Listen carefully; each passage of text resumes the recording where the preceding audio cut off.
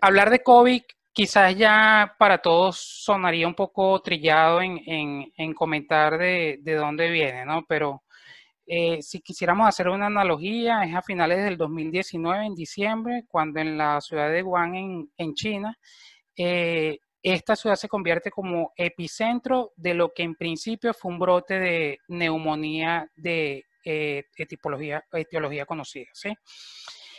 Quizás una enfermedad que, bueno, ha estado, o en principio una enfermedad, o ya un virus que ha convertido en pandemia, que hay diferentes teorías de dónde viene, que no es el caso al que vamos a indagar acá, pero que al final esto con los días se ha expandido de manera exponencial hasta el punto que ya en todos los continentes del planeta está presente la enfermedad. Y es por esto que en marzo de este año la Organización Mundial de la Salud lo declara como una pandemia, es decir, por la presencia del virus en todos los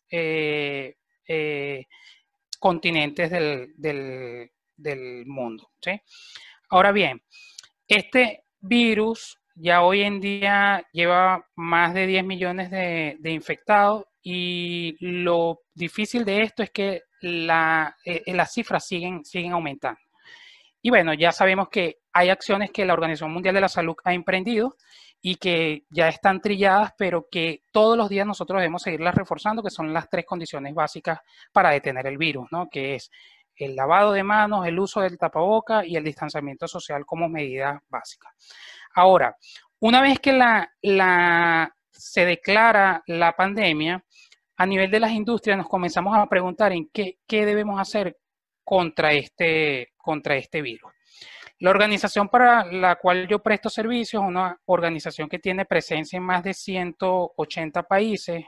En el caso de Venezuela tiene 5 fábricas, 10 oficinas de venta, una oficina central y 2 centros de distribución. Esto en número de personas engloba aproximadamente 2.500 colaboradores directos y aproximadamente entre 800 y 900 colaboradores indirectos o contratistas. Es por esto que esta organización en particular comienza desde el inicio de la pandemia, de la enfermedad en Wuhan, y ya a mediados de enero, a impartir una serie de procedimientos que deben aplicar en cada una de las instalaciones, y que para ello lo diferenció en niveles de aplicación, determinando un primer nivel que lo reconoció como un nivel de preparación, donde todas las organizaciones o todos los sitios de esta organización en el mundo teníamos que presentar a nuestra casa matriz la, la conformación de cómo íbamos a atender este evento que está ocurriendo a nivel mundial en el momento que tocara las puertas de nuestra instalación. El nivel preparación englobaba básicamente 3 espacios, ¿sí? o 3 ambientes de aplicación. El primero iba dirigido hacia la gente, el segundo hacia los espacios de trabajo, y un tercer elemento que se refería a los viajes de trabajo. ¿Qué fue lo que determinó la organización en principio como nivel básico? Que aún cuando aún cuando en el país donde estuviese la locación no tuviese presencia de la enfermedad, tenía que establecer acciones directas que pudieran enfrentar la crisis en el momento de que el virus llegara al país. Lo primero que se le solicitó a cada instalación fue la creación de un comité de crisis que, bueno, quienes estamos en el área industrial sabemos que estos comités están enfocados básicamente en poder administrar la crisis y los recursos para poder enfrentar las crisis, ¿no? O las emergencias. Y entonces aquí entramos en un tema de diferenciar lo que es quizás una emergencia de un desastre, que en este caso hablamos de elementos similares, porque hablamos de que hay países donde los recursos no son suficientes o instituciones donde los recursos no han sido suficientes para la atención de estos eventos. Entonces, a través de estos comités lo que se busca básicamente es la administración de esos recursos en pro de garantizar la salud y la seguridad de los colaboradores que hacen vida en esa instalación. El segundo elemento es un elemento asociado directamente al llamado de la Organización Mundial de la Salud, que se refería a buscar el distanciamiento social, el uso de tapabocas y el higiene de manos como la primera barrera para enfrentar esta crisis. Y si cuando veamos el final de esta presentación, vemos que este es uno de los elementos que prevalece aún en la forma de cómo estamos administrando esta crisis. El tercer elemento era capacitar ante la prevención y los cuidados de COVID, en poder reconocer la diferencia entre COVID y SARS, el poder reconocer algunos signos y síntomas relacionados a la enfermedad para poder dar el tratamiento adecuado a cada situación sin generar una crisis adicional dentro de la crisis a per se, ¿sí? El segundo elemento, como comenté anteriormente, se refiere a los espacios de trabajo. Y básicamente lo que buscaba era reforzar nuestros protocolos de limpieza basándonos en que esta organización es una organización de consumo masivo y por lo tanto se busca a través de este elemento es garantizar que los protocolos de limpieza se ejecutaran de la manera adecuada, reconociendo que la limpieza es un factor fundamental en la prevención de COVID. Como tercer elemento, a nivel de viajes, se aplicaron restricciones de viajes en primera instancia, en este nivel 1, a aquellos países donde ya hubiese una declaración de COVID, ¿sí? O sea, se disminuyen o se restringen los viajes de cualquier instalación hacia los países que ya tenían una declaración de COVID. Y se promueve adicional crear comités de crisis locales para cada mercado. Esto se inició con un comité de crisis general en Suiza, luego va a las zonas, ¿sí? En este caso están divididos en 4 zonas para todo la organización, y a su vez se promueve la creación de comités de crisis locales y teniendo como necesidad que la cabeza del mercado, o sea, el presidente de cada mercado, sea quien administre los comités locales. El nivel 2 de aplicación consistió en el momento cuando la crisis ya ha tocado las puertas de alguna instalación de la compañía. Es decir, que aun cuando yo soy Mercado Venezuela, pero si tenemos información de que ya para México o para España o para cualquier otro mercado anglo, mercado Centroamérica, en el momento que alguno de esos mercados tuviese el primer caso de COVID reportado dentro de su instalación, en ese momento teníamos que comenzar a aplicar el nivel 2 de nuestro protocolo. ¿Por qué aplicar el nivel 2 de nuestro protocolo? Porque lo que se presume es que en ese interín, cuando un colaborador de la compañía ya está afectado por COVID, probablemente dentro del cerco epidemiológico había que identificar si ese colaborador tuvo contacto con alguna otra instalación de la organización, ¿sí? Y esto con el fin de poder ir reduciendo los focos de contaminación interna. A nivel de espacio de trabajo, se siguen reforzando protocolos de limpieza, pero ya aquí se hablan de niveles de limpieza superior a los que se venían ejecutando anteriormente, ¿sí? Por ser fábrica de alimentos se tienen niveles de higiene medio, alto o bajo, pero aquí hablamos, son más allá que los niveles de higiene, son de los niveles y la forma en cómo sanitizamos. Entonces acá se comienzan a utilizar protocolos que van desde descontaminación fina o descontaminación gruesa, que son protocolos asociados más al tema de alimentos, a protocolos de bioseguridad. Se prohíbe en esta etapa la prohibición de cualquier viaje a cualquier mercado, y en este caso la autorización de viaje solo la permitía el centro, o sea, la casa matriz.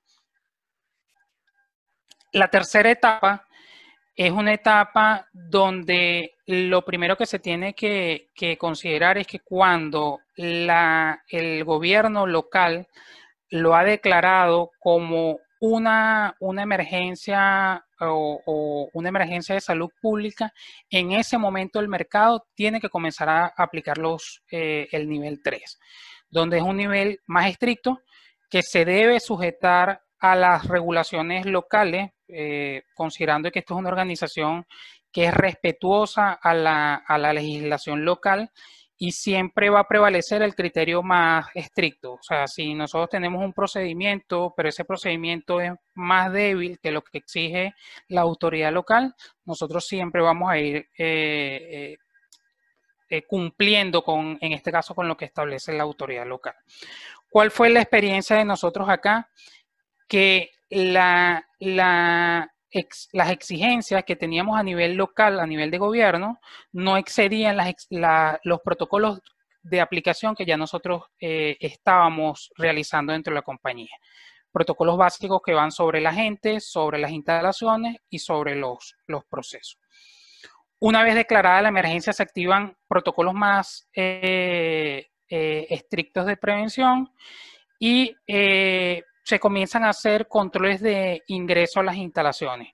Controles que hoy los podemos observar en quizás organizaciones más pequeñas, que van desde el control de temperatura, la activación de un protocolo de ingreso a través de una encuesta, donde se verificaba básicamente cuál era el contacto desde el punto de vista epidemiológico que podía tener ese colaborador, y a través de eso poder generar futuras acciones. Y el último de ellos es el almacenamiento de un stock crítico para la atención de emergencia, porque como muchos quizás lo han vivido, y en nuestro país quizás con un poco más un poco más marcado, es que en el momento que se declara la pandemia comienza a ocurrir una escasez, porque la demanda la escasez hace la demanda. En el momento que todas las personas comienzan a buscar de manera desenfrenada tratar de adquirir productos que pudieran ir en pro de prevención del virus. Ahora bien, una vez que nosotros o que revisamos cada uno de esos protocolos, desde un principio nos hemos planteado era cómo atender aquellos casos donde nosotros pudiéramos tener presuntos COVID dentro de la organización. Acá nosotros le hemos agregado la palabra presunto, porque nosotros, como no somos autoridad sanitaria, aun cuando hagamos test rápidos de despistaje o tengamos que ese colaborador tiene una clínica completa para COVID, es el Estado el que debe declarar o afirmar la enfermedad, la infestación por COVID-19, ¿sí? Entonces, por eso todos nuestros protocolos van a estar enfocados en la atención de presuntos COVID. Entonces, acá nosotros, a través de los dos esquemas para la atención de emergencia, que es la creación de simulaciones y simulacros, diferenciando que la simulación es un ejercicio de mesa o un ejercicio de escritorio que nos permite crear una situación hipotética, y bajo esa situación hipotética comenzar a crear los diferentes mecanismos de acción. Y sobre esos mecanismos y sobre la actuación y los resultados de esa simulación, poder generar planes de acción a futuro que en el momento de que que haya que ejecutar simulacros, se puedan hacer de manera efectiva y con el uso eficaz y eficiente de cada uno de los recursos.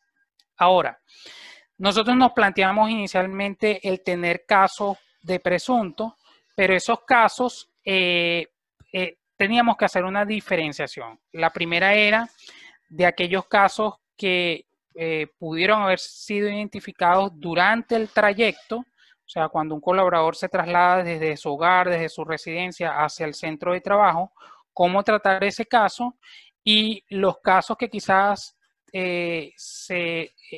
iban a ser más profundos para nosotros a nivel de atención y más traumático, que era el caso de tener que atender presuntos positivos dentro de nuestra instalación. Como acabo de comentar, estos son protocolos que nosotros hemos venido implementando desde finales de enero en todas las instalaciones, con mayor profundidad a partir de marzo 2020, que es cuando en nuestro país se declara como estado de emergencia por COVID-19, pero es en días pasados, o sea, y ya estoy hablando acá, creo que en el momento incluso que yo estaba preparando esta presentación, todavía no teníamos la experiencia con la atención de presuntos casos positivos dentro de nuestra instalación. Teníamos ejercicios, teníamos situaciones hipotéticas y simulacros, que es el ejercicio para verificar la efectividad y la eficacia en el uso de todos los recursos disponibles para la emergencia, pero que al final nos han demostrado con la atención de los casos que hemos tenido dentro de la instalación, cuán tan acertado han sido nuestras acciones desde el punto de vista de la prevención y desde el punto de vista de la atención de la emergencia. Acá lo que vemos es un poco de cómo ha funcionado para nosotros la atención, ¿sí? Como decía, nuestros casos han sido, o la búsqueda de nuestras prácticas han estado dirigidas a que estaba ocurriendo en el mundo, ¿sí? Veíamos muchos videos, imágenes del mismo la misma China, en Japón, o en algunos otros países del Asia, donde veíamos ciudadanos que venían caminando de manera normal por una calle y se desplomaban de manera súbita. Y esa era la primera impresión que nosotros teníamos con respecto a cómo atender el caso de un colaborador que dentro de nuestra instalación se desplomara de manera súbita dentro de nuestra instalación, y cómo manejar ese caos que se podía generar dentro del sitio. Para ello, nosotros nos enfocamos en una teoría de gestión de cambio que maneja la organización, ¿sí? Que es una teoría basada en Kotter, donde nosotros afirmamos que la gente o el cambio no se genera en la gente por tres factores. Uno, o porque no sabe, el otro es porque no puede, y el tercer factor es porque no quiere. Entonces, lo primero que decíamos es, ok, al momento de una emergencia la gente quizás va a actuar distinta porque no sabe cómo actuar. ¿Qué necesitamos hacer? Bueno, lo primero que necesitamos hacer es eliminar los paradigmas sobre la enfermedad, eliminar aquellas creencias que están instauradas de diferentes formas, y más con el acceso que tiene hoy la gente o que tenemos todos a la información. Entonces es como derribábamos esas barreras. Entonces tuvimos que crear un plan de formación dirigido a que la gente conociera los rasgos de la enfermedad, los signos, los síntomas y la forma de cómo actuar ante ella. Teníamos casos donde los colaboradores ni siquiera querían venir a la instalación por el hecho de pensar de que se podían infectar tanto en la instalación como en el camino a ella. Esto nos llevó a poder entrenar a la gente en qué era la enfermedad y que en el momento que tuviésemos una emergencia de la manera adecuada. Adicional a esto, para reforzar el que la gente supiera sobre la enfermedad, se crearon unos grupos que hemos denominado los APM, o los apoyos psicológicos de multitud. Yo desde mi alcance identifiqué que el factor psicológico dentro de la atención de la emergencia del COVID representa un factor fundamental en el éxito de la atención en este caso del enfermo o del contagiado. Porque el poder dar apoyo psicológico o primeros auxilios psicológicos, no solo en este caso al presunto, sino a quienes estén a su alrededor, puede depender de la efectividad de la atención de cada caso. Y no solo la efectividad de la atención de cada caso, sino también desde el punto de vista de negocio, puede depender de la continuidad del negocio. Recordemos que el virus en la forma en cómo va, nosotros tenemos que comenzar, o ya este proceso arrancado, tenemos que continuar entendiendo de que tenemos que aprender a vivir con el virus, vamos a decirlo así. Y tenemos que adaptar nuestras prácticas, adaptar nuestras rutinas a permanecer sanos y seguros dentro de la instalación entonces se crearon estos grupos de apoyo psicológico de multitud donde igualmente se les generan conocimientos que pudieran apoyar en el momento de la ocurrencia de un evento. Pero vuelvo y repito, acá nuestro esquema estaba enfocado en un paciente o en un presunto que cayera súbitamente, ejemplo, en una línea de producción, ejemplo, en un área de administrativa, o en el restaurante del sitio. Ahora que siempre lo vimos de esa manera, ¿sí? ¿Cómo atendemos un presunto? Nos creamos esquemas donde teníamos que tener cápsulas para hacer el traslado del colaborador, establecimos diferentes niveles de protección para quienes atendían la emergencia, desde los servicios médicos hasta las brigadas de emergencia y los apoyos psicológicos de multitud. ¿Qué fue lo que nos planteamos? Lo primero es la activación del protocolo por la presunción de un caso. Esta presunción se podía dar por la caída súbita de un colaborador, entendiendo que toda caída súbita dentro de una línea, en principio debe ser manejado como un paciente presunto COVID. Lo que hemos visto en el actuar, en lo que ha ocurrido en estas últimas 2 semanas con los casos que se nos han presentado, es que todas nuestras atenciones han sido a pacientes asintomáticos. Pacientes que después que se le ha aplicado lo que se conoce como el test rápido, que es el test que busca evaluar el IgG y el IgM del paciente, en el momento que alguno de los dos resulta positivo, debemos aplicar protocolos de atención. Ahora, ¿cómo ha funcionado? Tenemos una alarma, la detección de un caso dentro de la línea, ya sea por caída súbita o en este caso por aumento súbito de algunos de los signos o síntomas de COVID. Ejemplo, un colaborador que refiere aumento de temperatura corporal, ¿sí? Un colaborador que ya estando en la línea comienza a sufrir una crisis de tos o una crisis respiratoria. Un colaborador que dentro de la instalación comienza a sufrir cefalea o dolor de cabeza intenso. En ese momento se activa el protocolo.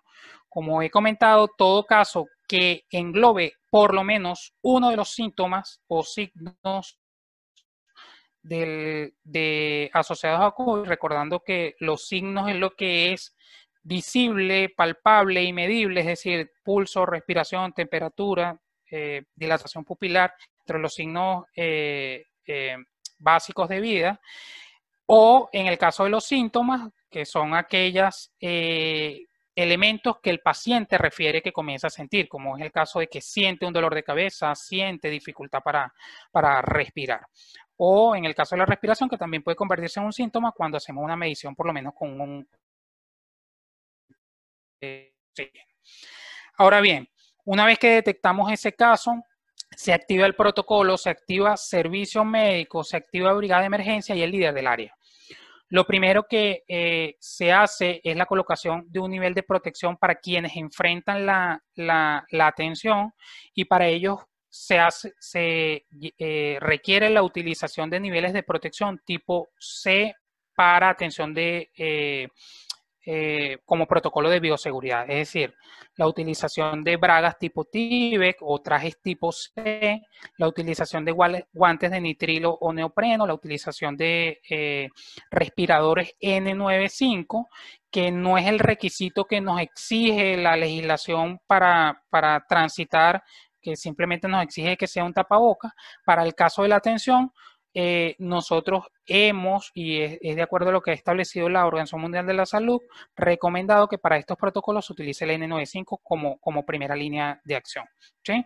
Entonces, ¿en qué consiste? Tenemos el primer caso, el colaborador identificado activa al resto al resto de la brigada y al servicio médico, y con ello se inicia el protocolo de atención. Brigada se coloca en niveles de protección, se acercan al lesionado manteniendo distanciamiento social, y en el caso de que la persona tenga pérdida de conciencia, simplemente se actúa bajo los criterios ya establecidos para atención de paciente inconsciente, tomando en cuenta todas las regulaciones de bioseguridad. Ahora bien, una vez que llegamos al paciente, ¿qué es lo que ejecuta? Paciente inconsciente, como acabo de comentar, aplicación de protocolos para paciente inconsciente, protocolo ya estandarizado a nivel incluso de la Organización Mundial de la Salud. Pero para un paciente consciente, lo primero que atendemos es, desde el punto de vista de riesgo psicosocial, poder hacer un abordaje adecuado al colaborador, porque el impacto, y nosotros lo hemos vivido acá, el impacto es desde el punto de vista emocional, cuando el colaborador no tiene los recursos emocionales necesarios para enfrentar la crisis o el evento que está viviendo, requiere una intervención en crisis por parte del equipo. Una vez que se estabiliza emocionalmente al colaborador, se le solicita la colocación de elementos de bioprotección. Elementos como batas, gorros descartables, respirador N95 y cubre calzado. Si el colaborador se puede trasladar por sus medios o el paciente puede trasladarse por sus medios, se establece una ruta de evacuación que ya han sido identificadas en pasos previos durante la simulación y el simulacro, y se traslada ese colaborador hacia una zona de aislamiento inicial que ha definido la compañía. En esa zona de aislamiento completamos el resto del proceso interno. ¿En qué consiste el resto del proceso interno? Y esto lo hemos aprendido esta semana acá. Elemento que no está identificado en este plan en el que ustedes están viendo acá. Una de las cosas que nosotros no habíamos identificado eran las pertenencias del colaborador. Una vez que nosotros movemos ese colaborador, ese paciente, a un área de aislamiento, no habíamos identificado que no es solo el colaborador, sino sus pertenencias las que pueden también ser virus, por lo que o el virus puede estar adherido a alguna de las pertenencias, por lo que el proceso de higienización y el proceso de atención debe ir también hacia sus pertenencias. ¿Qué hemos aprendido esta semana?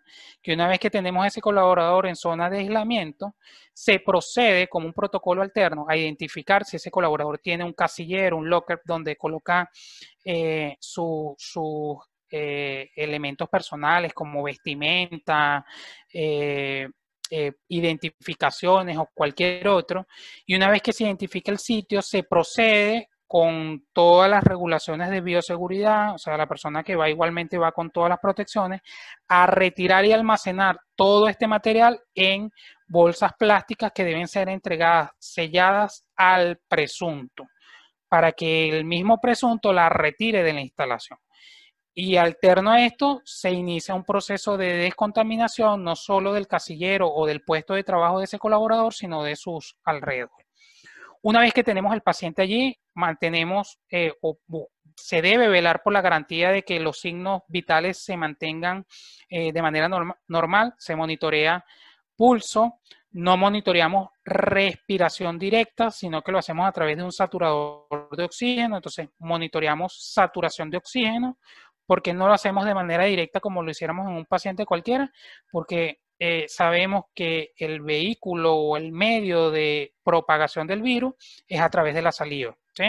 Entonces, el hacer contacto directo con el colaborador nos expone al virus. Una vez que ese colaborador es estabilizado desde el punto de vista emocional, que sus pertenencias han sido recuperadas, almacenadas de manera adecuada, y ya el colaborador posee todo el activamiento necesario para su traslado, se procede al traslado en ambulancia, ¿sí?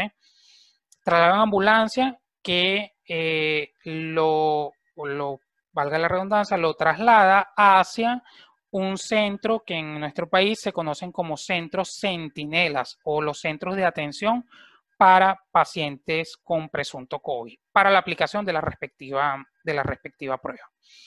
Este mismo caso ocurre cuando es un colaborador que se le ha realizado previamente la prueba para COVID-19, es decir, la IgM o la IgG o la IgM, y una vez dentro de la instalación, la autoridad nos notifica de que ese paciente es positivo para prueba rápida.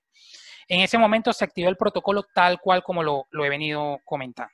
Entonces, se traslada al colaborador en ambulancia, reconociendo que toda la tripulación de la ambulancia debe llevar activamiento para, como protección de bioseguridad, es decir, bragas tipo C, guantes de nitrilo, respiradores N95 y gafas, que fue el otro elemento que no comenté, y cubre calzado. Trasladan al colaborador manteniendo distancia social, siempre que el colaborador, sus signos y sus síntomas permitan que éste se traslade de manera segura. O sea, debe existir la garantía que en ese traslado nosotros vamos preservando la salud de ese colaborador a través del monitoreo de signos y síntomas. Y reconociendo que no son solo signos y síntomas, sino que aquí se va desarrollando un proceso adicional que es el proceso emocional por el cual se está enfrentando ese trabajador al momento que reconoce o hace insight sobre lo que le está pasando, sobre lo que en este momento está enfrentando como enfermedad. ¿Sí? Que aunque pareciera que es fácil el saber y quizás mucho lo hemos dicho, es que en algún momento nos vamos a enfermar. Una cosa es decirlo y otra cosa es vivirlo en carne propia, porque hay otros elementos desde el punto de vista familiar y que tienen otras implicaciones. Ok, trasladamos a ese colaborador. Dato importante, la ambulancia debe ir identificada también como que traslada, con un aviso de que traslada a un paciente presunto COVID, de modo de que se le dé el tratamiento de bioseguridad por cualquier autoridad durante el traslado.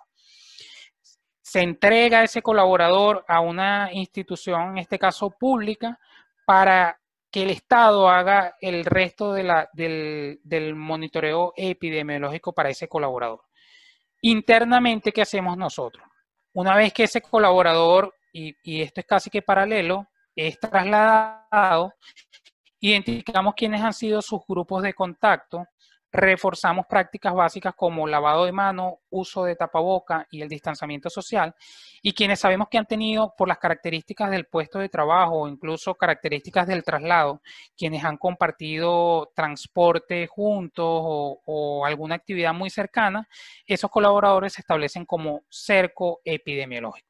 Colaboradores que posteriormente se notifican a la autoridad para que sean sometidos de igual modo a prueba rápida para COVID-19.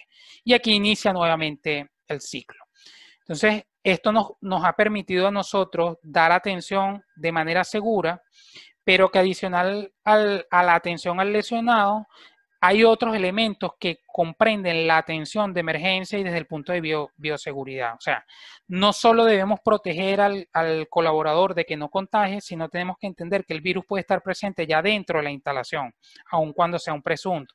Entonces, es necesario activar protocolos de higienización en las diferentes áreas, con las recomendaciones de la Organización Mundial de la Salud, y adicional a esto, comenzar a monitorear signos y síntomas a través de la vigilancia epidemiológica de todos aquellos colaboradores quienes han sido identificados como cerco epidemiológico para ese caso. Nuestra experiencia, ¿cuál ha sido? Que estos cercos epidemiológicos comienzan muy pequeños, como comienzan los casos, pero cuando comenzamos a tener mayor cantidad de casos dentro de la instalación, el cerco cada vez se convierte un poco más amplio. Pero la experiencia que hemos tenido, acciones que empleamos en el pasado, que van desde el control en los accesos, controles de viaje, controles en la gente, controles en las instalaciones y controles en nuestros procesos, nos han permitido que hoy los resultados de la prueba PCR, que es la prueba concluyente para COVID-19, de mucho muchos de estos casos negativos. Quizás nos estamos excediendo con la aplicación de protocolos, pero la experiencia que nos ha dicho que, y como acabo de comentar, que probablemente cuando vamos haciendo cercos epidemiológicos, estos cercos se comienzan a hacer más grandes, pero cuando comenzamos a tener cada vez resultados en PCR negativo, nuestros cercos se comienzan a achicar, dándonos una valoración de que las acciones que estamos ejecutando como organización son efectivas y adecuadas para el tratamiento de COVID-19. Es decir, que nuestros protocolos, que incluyen protocolos de bioseguridad, no solo para la atención del lesionado, sino para quienes estén cerca, que incluyen protocolos de atención psicológica para multitud, en el caso de que tengamos que manejar multitudes, hablamos de un turno de trabajo, de toda una instalación ante una crisis, han sido los adecuados y nos han permitido poder ir disminuyendo nuestro cerco, que no es la garantía de que esta va a ser el común en los próximos días, porque el común va a depender no solo de las acciones que nosotros tengamos internamente, sino de cuál es el comportamiento que va teniendo el virus en nuestra comunidad. Bueno, ya con esto yo completo un poco completo lo que les quería presentar de cómo funciona nuestro protocolo dentro de la organización, pero adicional y se comentaba al inicio de esta presentación, estos protocolos nos han permitido a nosotros poder identificar acciones básicas, simples, que van en pro de garantizar la salud y la seguridad de nuestros colaboradores por presuntos COVID. Pero la experiencia, ¿qué es lo que ha hecho con nosotros? Que cada caso tiene una particularidad, que cada caso existe la necesidad de estudiarlo por separado para identificar acciones adicionales. Lo que le comentaba hace un rato, si revisamos este documento, en ninguna parte de este documento está el elemento de el confinamiento o la recuperación de manera segura de los objetos personales del colaborador. Pero la experiencia con los últimos casos que hemos tenido nos ha dicho de que es un elemento que debemos agregar a nuestro protocolo y que de hecho ya está agregado en la nueva forma de cómo actuar. Pero cada actuación nos ha invitado a revisar nuevamente protocolos, a revisar incluso equipamientos, a revisar número de personas en la atención y a poder identificar también cuál es nuestro mejor modelo para operar, y pensando siempre en que esta crisis se pudiera agudizar y pudiéramos tener mayor cantidad de números de presuntos positivos dentro de la instalación que nos pudieran llevar a un paro forzado de la operación. Entonces nos ha llevado a repensar nuestro plan en cómo poder mantener una población, que ya tenemos el caso de una población vulnerable fuera de nuestra operación, cómo mantener también personas sanas en otro modo de operación, bajo el modelo de suspensión, que puedan funcionar como un backup a la hora de que tengamos un colapso o un cierre parcial de la instalación por un contagio masivo, que nos llevaría a una higienización total de la instalación y poder promover que aquellos grupos que están en suspensión puedan nuevamente retomar la operación y dar continuidad a nuestro negocio. Eso es lo que quería compartir con ustedes y bueno, ya dejo abierto en este momento el ciclo de preguntas.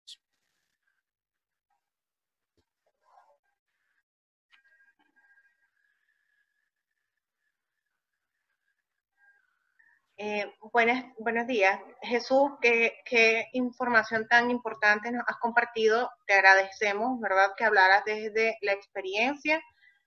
Por acá nos preguntaban cuál ha sido en promedio el caso de presuntos positivos para COVID-19 en la organización. Si nos pudieras hablar por lo menos de las últimas 2 semanas, o si hay una historia ya Sí. Hay una estadística ya completa de mes. Sí, para el cierre de las últimas 2 semanas y al final es nuestra estadística historia COVID-19. 2.000 600 colaboradores, que más un poco menos, entre 800 o 900 colaboradores. Hemos tenido 4 casos al efecto de Nestlé con prueba positiva. De estos 4, 3 han sido dados de alta, o sea que cuando se le aplicó la PCR ya se ha confirmado de que el virus. El contratista, esos casos de ellos, el que activó las alarmas en la activación de todos nuestros protocolos. Jesús, disculpame que te interrumpo. Estamos perdiéndote en el audio. Se oye entrecortado, Jesús.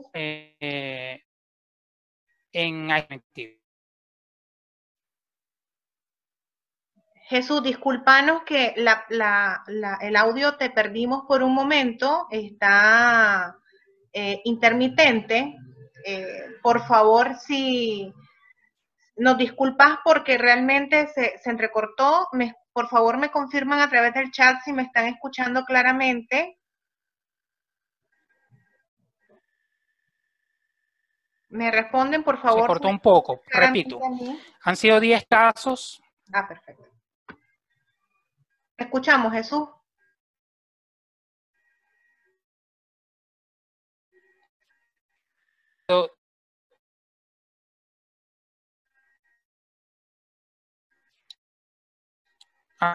Cuatro internos, de esos 4, 3 ya han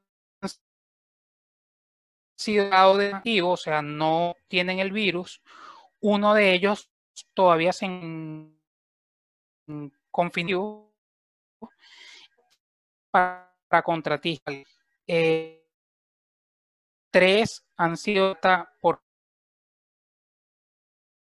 se encuentran en Agilidad, y uno que fue nuestro primer vector, o el que se conoce como caso 0, dio como PCR positivo, que es un contratista.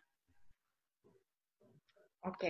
Mira, Jesús, ahorita te escuché bien, ya al final. Lamentablemente la primera parte no, pero a ver si me corriges. Habían 4 casos considerados como positivos, de los cuales 3 se recuperaron y 1 no. ¿O estoy mal? Por favor, si sí. nos puedes repetir. 3 son negativos, están ya dados en cuenta esperando resultados PCR. Ok. Y según entiendo de la organización en la que trabajas, el vector 0, el que originó todo esto, digamos, fue a través de un contratista. ¿Cierto?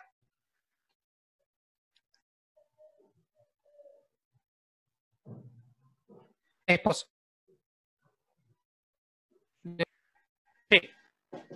Mira, Jesús, yo no sé si vamos a abrir el espacio de preguntas y respuestas, pero sí me gustaría, bueno, que la gente pudiera escucharte bien. Agradezco que puedas retirarte y volver a conectar para ver si de esa manera resolvemos tu problema de audio. Mientras, por favor, me escriben, mientras Jesús hace esa prueba para ver si podemos recuperarle mejor el audio. Agradezco que nos escriban en el chat los otros participantes el día de hoy las preguntas que tienen para Jesús López. Listo, voy a ir retirándome y me conecto nuevamente. Por favor, Jesús. Bien, les comento, como saben, evidentemente, pues evitamos dar el nombre de la organización donde trabaja Jesús ahorita, pero sí queremos compartir la experiencia. Realmente entendemos que las empresas son todas diversas, tendrán unas más tiempo que otras, colocando protocolos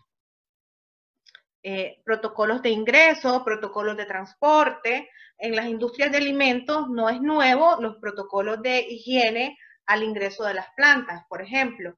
Sin embargo, habrán otras empresas de servicios, grandes, pequeñas, ferreterías, empresas metalmecánicas, etcétera, que se han visto obligadas a reforzar con procedimientos bastante rigurosos el tema de la higiene. Por acá nos compartían a través del chat y a través de el grupo de WhatsApp y otras personas que me escriben, nos compartían que sí, hay muchas medidas que han tomado, desde colocar transporte para el personal que llega, en el acceso, la medición de las temperaturas, diversos grupos de WhatsApp donde los colaboradores o trabajadores indican cómo está o reportan cómo está su estado de salud al día, si se siente afectado antes de llegar a la organización o si tiene algún familiar indispuesto. De manera que eso, digamos, es preventivo. Hemos también apoyado a diversas organizaciones acá en Nicaragua y muchos de nuestros facilitadores también en Panamá, en República Dominicana, inclusive Venezuela, Colombia, nos hemos puesto, digamos, a través de la Red Internacional de Expertos y de Tecnigerencia, a revisar todos los procedimientos y los protocolos que se han ejercido. Hemos tenido otros de prevención para citarles, por ejemplo, para estos espacios de casillero, donde sabemos que el espacio es bastante reducido y que tiene que transitar mucha gente, se colocan pues semáforos para indicar si hay 2 personas dentro con suficiente espacio, el espacio de 2 metros mínimo para hacerse cambio. Luego el semáforo está en verde para darle chance a otras 2 personas mientras se pone en rojo cuando ellas están ahí, por citarles ejemplos. En las líneas de producción, ya después del proceso de higienización, sanitización, hay una separación, se han reducido los turnos, se han reducido la cantidad de personas que están en planta, se colocan las mamparas, algunas protecciones físicas de acrílico, de PET, y inclusive, bueno, sabemos que los presupuestos no son iguales para todos, ni las oportunidades son iguales para todas las empresas. Hemos visto pequeñas empresas con plástico, crear su cerco, digamos, individual, su protección. A ver, en el caso de alguna persona que se sienta indispuesta repentinamente, como nos comentaba Jesús López, cito, por ejemplo, dolor de cabeza. Evidentemente, si había una fiebre, se tomaba, habían 2 filtros antes de entrar a planta. Esa persona es despachada a la clínica dentro de la organización. Ahí se hace la atención primaria, se verifica, se toma su nota, se verifica cómo estaba su ambiente familiar, se manda a casa con un seguimiento a través siempre de los canales de WhatsApp de la clínica y de recursos humanos, y dependiendo de lo que indique el médico en la clínica, se hace un paro en la línea, se sanitiza, se verifica con qué personas tuvieron contacto. Existen también los libros de las bitácoras de convivencia, que es cada vez que entras indicas con qué personas estuviste cerca, entre otras muchas acciones de prevención que se han tomado como protocolos de bioseguridad.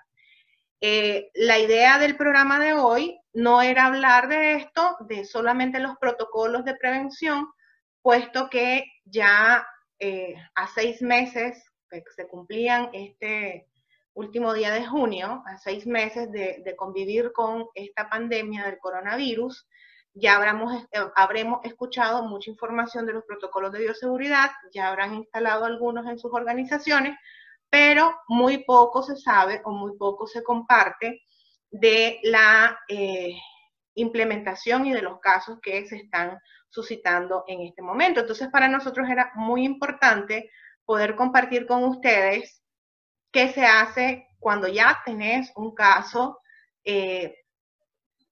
sospechoso positivo, ¿no? Considerado positivo por COVID. Jesús, ¿por dónde estás que no te veo? Déjenme por favor abrirles el espacio aquí a Jesús.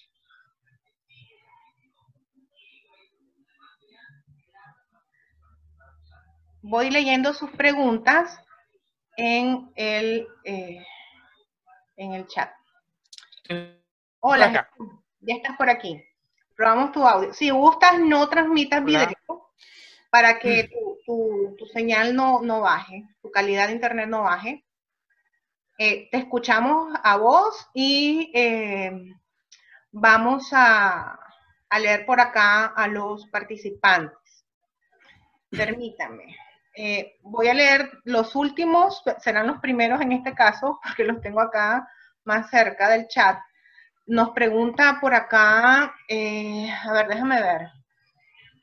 Bueno, leo el comentario que dejaba Jesús. El comité se recomienda que esté conformado por el director o presidente de la organización, responsable de salud y seguridad, responsable de recursos humanos, finanzas, logística.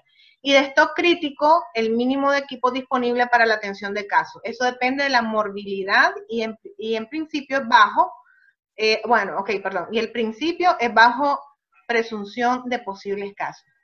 Jesús, ¿cuál es el universo de personas que manejas en planta? Sí, para fábricas son 1.800 colaboradores, ¿sí? En general. Y nosotros, en principio, el stock que marcábamos era para 10 casos por sitio, ¿sí? Entonces, cuando hablábamos de stock crítico, era que decíamos, bueno, yo debo tener, si requiero, tener 2 brigadistas, un médico para la atención, más el presunto, más el conductor de la ambulancia, o sea, son 5 personas por cada atención. Entonces, esas 5 personas lo que hacemos es que le sumamos el número de bragas necesarias, de gorros, de guantes, y en principio nos marcábamos como un número de 10 casos. O sea, tenemos que tener disponible mínimo 10 equipos para la atención. En el caso de la localidad que en este momento tenemos el foco, ya nuestro stock crítico lo hemos aumentado a 20 casos. O sea, para tener un disponible de atención ante un contagio masivo. Ok. Mira, Jesús, una pregunta que nos hacía Gustavo García de Nicaragua. Por ejemplo, muchos de nuestros países, no estoy segura si es el caso de Venezuela, pero asumo que también, muchos de nuestros países no tienen acceso a las pruebas COVID, a los test rápidos. Eso ha quedado, digamos, exclusivamente para administración de los ministerios de salud en estos países que te indico. En el caso de Nicaragua sucede así, solo el Ministerio de Salud administra este tipo de pruebas y lo está haciendo, digamos, a discreción a los casos que ellos, digamos, estipulen realmente necesario. Eso ha descontrolado un poco el tema de la estadística y también el que los hospitales privados puedan hacer este tipo de pruebas y de dictaminar si realmente es caso COVID o no. Claro, como mencionabas, a través de los síntomas característicos, ya desde ahí se indica que es un posible caso y se da el tratamiento respectivo.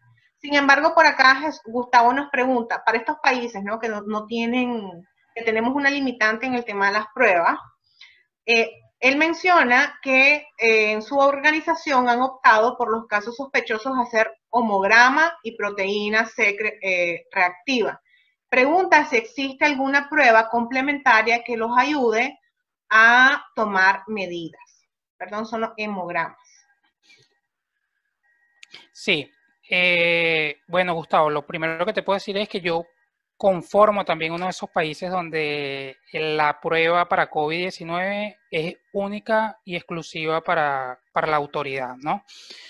Acá en Venezuela igual todas las pruebas, tanto rápida como la prueba concluyente para COVID, se ha declarado como material de uso público y X, o sea, no se puede comprar en una farmacia una prueba rápida como en cualquier otro país o a través de un distribuidor. Nosotros, el tratamiento que le damos a cada caso de acuerdo a los signos y los síntomas para COVID-19 es que la presunción nos lleva a que sea tratado como un positivo.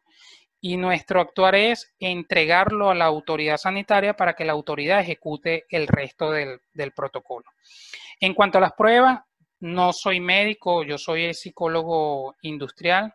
Esto habría que redirigirlo, igual yo puedo consultarlo y si me deja algún contacto yo le pudiera compartir la recomendación de nuestros médicos, pero acá básicamente también igual los valores en sangre se comparten con otras pruebas como son el rayos X de tórax, ¿sí?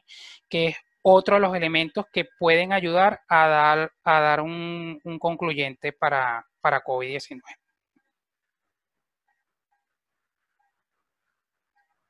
Por favor, indíquenos si tienen más preguntas a través del chat.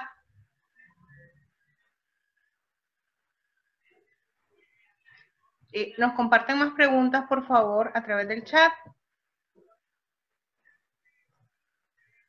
Ok, creo que hemos quedado un poco claros. Jesús, ¿cuál ha sido el obstáculo más grande que ustedes perciben en el momento que cae una... Mira, a mí me ha dejado bastante conmovida el tema de que en las líneas tengan casos de desplome, de personas que se desploman súbitamente. ¿Qué pasó con todos estos primeros casos en los que tuvieron una situación así? Es decir, fue complicado activar el protocolo. ¿Qué pasaba con los operarios que estaban alrededor y qué pasaba con el mando superior inmediato, el supervisor de línea? ¿Cómo fue la respuesta ya vivida y no solamente de ensayo como hacemos en las simulaciones o en los protocolos de contingencia? Sí, mira, como comenté en principio, la atención de COVID-19 uno la ve siempre desde el punto de vista de bioseguridad, ¿sí? Pero hay un elemento acá fundamental que es el factor psicosocial o el factor psicológico para la atención de un lesionado, ¿sí? Yo soy psicólogo de profesión y creo que no ha sido sencillo, primero, el manejo de la multitud. Lo que nosotros en principio pensábamos que iba a ser más difícil es lo que quizás ustedes están comentando acá, de que los resultados, de que el gobierno quizás no actúa con la prontitud que nosotros esperamos. Y esto es un atenuante, o sea, esto le va agregando. Pero para mí, desde el punto de vista organizacional, lo más complejo es poder mantener a una organización emocionalmente estable bajo un caso, ¿sí? El poder darle la tranquilidad a un operador, a un colaborador dentro de una línea, que su par o el operador ha llegado, ha sido positivo, ¿cómo le doy garantía de que las recomendaciones o las acciones que yo estoy tomando dentro de la instalación van a permitir que la probabilidad de contagio es mínima? ¿Sí? Entonces, esa ha sido la parte más difícil. A mí me tocó hace un par de días atender a una persona acá en una instalación donde yo nací en esta compañía y es una persona que yo conozco desde hace mucho tiempo y se los comparto acá rápidamente, un señor de aproximadamente 54 años y resulta que cuando la persona fue aislada y a mí me toca hacer el abordaje, o sea, me consigo al hombre desplomado llorando en el área de aislamiento, ¿sí? Entonces, ¿sabes? Es bien, pero bien complejo el poder hacer empatía con un colaborador en ese momento, cuando quizás la preocupación va más allá de él. En este caso, él decía, era que su mamá era una persona de edad avanzada, que cuando el gobierno lo fuera a buscar a su casa en una ambulancia, ¿sabes? Él no sabía cómo podía reaccionar su mamá. Entonces, acá es quizás lo más complejo, es entender que es un proceso que hay que dejar fluir, que quizás no, lo que quizás nosotros podamos decir en ese momento no va a tener efecto sobre ellos y a veces el silencio es mejor que la palabra. Entonces es darle ese espacio al colaborador, darle la oportunidad de que él pueda comunicarse con anticipación a sus familiares para expresar lo que está ocurriendo y entender que es un proceso también privado donde nosotros como organización debemos disponer de ciertos recursos para hacer o aliviar el dolor o la crisis en ese colaborador, pero que definitivamente es un proceso personal que en el momento que nos ocurra, y Dios nos guarde que no nos ocurra, debemos buscar y aprovechar los recursos emocionales que tenemos para poder enfrentarlo. Tremendo caso, Jesús, realmente complicado. Y no digamos cuando hay entre el círculo familiar cercano fallecimientos, ¿no? Por acá comentaba recientemente con una de nuestras facilitadoras y querida amiga nuestra, el caso de un mando medio que perdió familiar y estaba luego de 15 días o 20 días de luto, reintegrándose a la organización. No convivía con la persona, pero digamos sí le dieron ese espacio pues para que lograra organizarse. Al volver no era la misma persona, es decir, realmente cuando estamos de duelo, no estamos en nuestro elemento, como decimos, ¿no? Nuestra conexión con el trabajo es diferente y eso también es una habilidad blanda importante, el tema de la empatía, de los mandos que estamos alrededor a los que nos reportan, entender que en una reunión una persona no te va a contestar de igual manera estando bien, a estando con un caso de luto en familia o con un caso enfermo o atento a alguien que pueda estar mal en su hogar.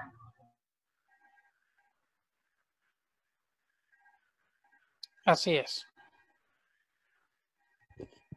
Por acá nos preguntaban de algunos protocolos de prevención, nos preguntan también qué se hace con un asintomático, en el caso que se identifica como sospechoso antes de ingresar a la empresa, cómo se procede. Y, ok, de todo esto creo que algo hablábamos ya de algunos protocolos de prevención.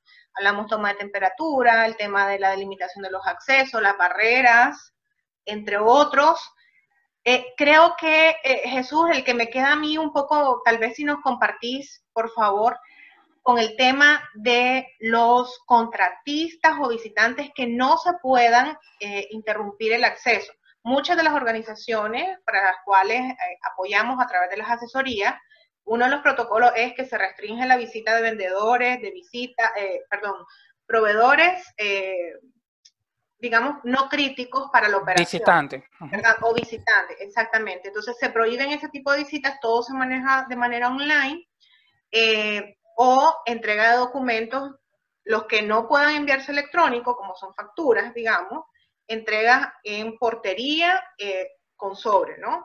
Y hay un protocolo para manejo de documentos. Sin embargo, ¿qué pasa con aquellos proveedores que son esenciales en la operación? ¿Qué protocolos han establecido? Tal vez si nos citan dos tipos de proveedores esenciales, por favor. Ok. Tenemos el caso de proveedores de servicios de vigilancia y proveedores de materia prima, ¿sí? Nosotros acá lo primero que tenemos que entender es que somos una organización respetuosa con la legislación local. En algunos estados de Venezuela el gobierno ha establecido, valga la redundancia, algunas regulaciones de tránsito. Entonces, ¿qué quiere decir? Que un proveedor para moverse de un estado o una provincia a otra requiere la aplicación de prueba COVID rápida y un salvoconducto. Entonces, esta medida nos ha permitido a nosotros tener cierta garantía de que quienes entran a nuestra instalación al momento de la prueba estuvieron sanos. No es garantía tampoco de que luego de la prueba lo estén. Ahora, hay situaciones donde esta regulación no nos permite un control tan estricto. Entonces, ¿qué hemos hecho? En aquellos casos donde tenemos proveedores que son medulares para la operación. Primero, tener hemos identificado o tenemos una encuesta de acceso, que en la encuesta se identifica si ese proveedor o esa persona ha tenido fiebre en las últimas 48 horas, si ha tenido contacto con algún paciente COVID-19 y si tiene algún familiar que trabaje en línea directa para atención de COVID-19, es decir, si es médico, bombero, enfermero o trabaja en alguna clínica u hospital. Si responde sí a alguna de esas tres preguntas, la persona inmediatamente no se le da acceso a la instalación. Es una decisión de la compañía. Y entonces allí se establece otro mecanismo como que es la sustitución de ese colaborador o ese operador por otra persona de la organización o de este caso de nuestros clientes. Ese es el primer filtro. El segundo filtro es control de temperatura. Tanto nuestros colaboradores como personal visitante o contratista, en el momento de la toma de temperatura, si la temperatura es superior al 37.5 grados, inmediatamente no entra a la instalación y lo que se le solicita es que debe acudir a un centro centinela, es decir, a un espacio de estos destinados por el gobierno, a realizarse prueba COVID-19 y ellos son los que dictarán la conducta. Y en los últimos días hemos estado en proceso de implementación de la prueba de olores, ¿sí?